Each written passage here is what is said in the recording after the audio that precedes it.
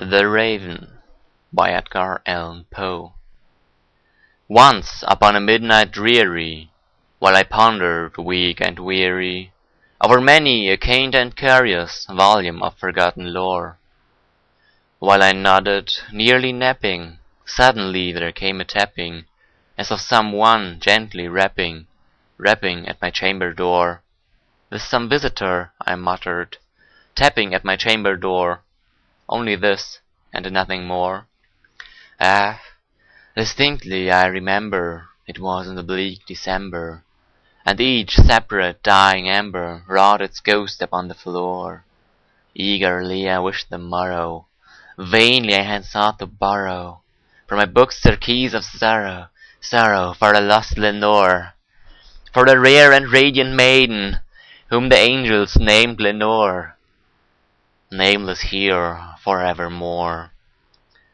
And the silken, sad, uncertain rustling of each purple curtain thrilled me, filled me with fantastic terrors never felt before, so that now, to still the beating of my heart, I stood repeating, "There's some visitor entreating in trance at my chamber door, some late visitor entreating in trance at my chamber door. This it is, and nothing more." Presently my soul grew stronger, hesitating then no longer. "Sir," said I, "or madam, truly your forgiveness I implore. But the fact is, I was napping, and so gently you came rapping, and so faintly you came tapping at my chamber door, that I scarce was sure I heard you. Here I opened wide the door. Darkness there, and nothing more."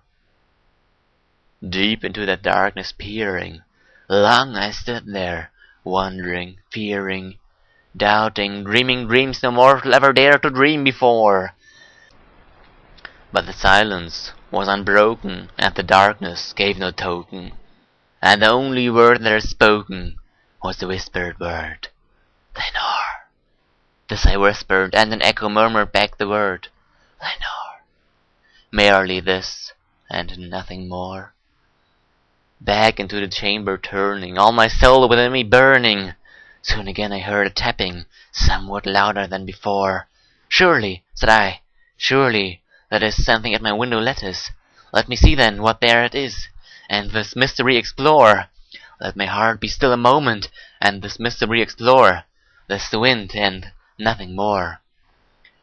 Open here I flung the shutter, when with many a flirt and flutter in there stepped the stately raven of the saintly days of yore. Not the least obeisance made he, not a minute stopped or stayed he, but with mien of lord or lady perched above my chamber door, perched upon a bust of Pallas just above my chamber door, perched and sat, and nothing more. Then this ebony bird beguiling my sad fancy into smiling, by the grave and stern decorum of the countenance it wore, "Though thy crest be shorn and shaven thou," I said, "art sure no craven, ghastly grim and ancient raven, wandering from the nightly shore? Tell me what thy lordly name is on the night's Plutonian shore." Quoth the raven, "Nevermore." Much I marvelled this ungainly fowl to hear discourse so plainly. To its answer little meaning, little relevance it bore.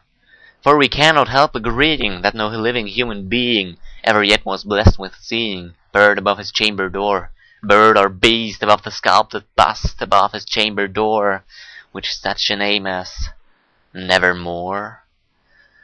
But the raven, sitting lonely on the placid bust, spoke only that one word, as if his soul in that one word he did outpour. Nothing further than he uttered, not a feather than he fluttered, that I scarcely more than muttered, "Other friends have flown before. On the morrow he will leave me, as my hopes have flown before." Then the bird said, "Nevermore."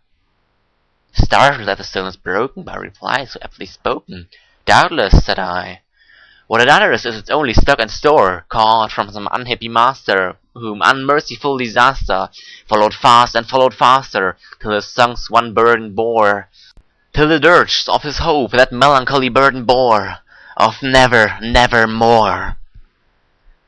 But the raven still beguiling on my sad soul into smiling, straight I wheeled the cushioned seat in front of bird and bust and door. Then upon the velvet sinking, I betook myself to linking fancy unto fancy, thinking with this ominous bird of yore, with this grim, ungainly, ghastly gaunt, and ominous bird of yore, mending, crocking, nevermore. This I sat engaged in guessing, but no syllable expressing, to the fool whose fiery eyes now burned into my bosom's core. This and more I sat divining, with my head at ease reclining, on the cushion's velvet lining that the lamplight gloated o'er. But whose velvet violet lining with the lamplight gloating o'er? She shall press her, nevermore. Then methought the air grew denser, perfumed from an unseen censer, swung by seraphim whose foot falls tinkled on the tufted floor.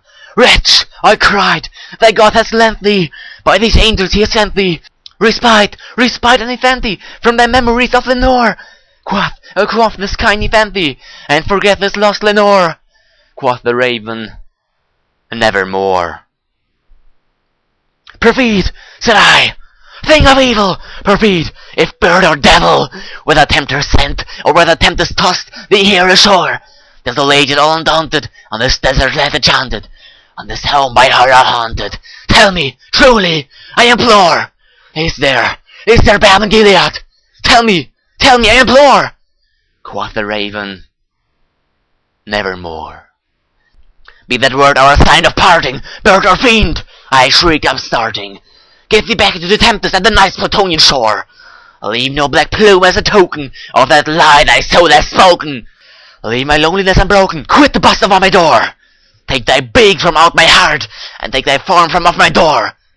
Quoth the raven, nevermore. And the raven, never flitting, still is sitting on the pallid bust of Pallas, just above my chamber door.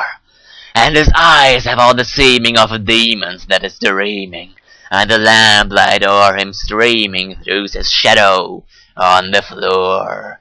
And my soul, from all that shadow that lies floating on the floor, shall be lifted nevermore.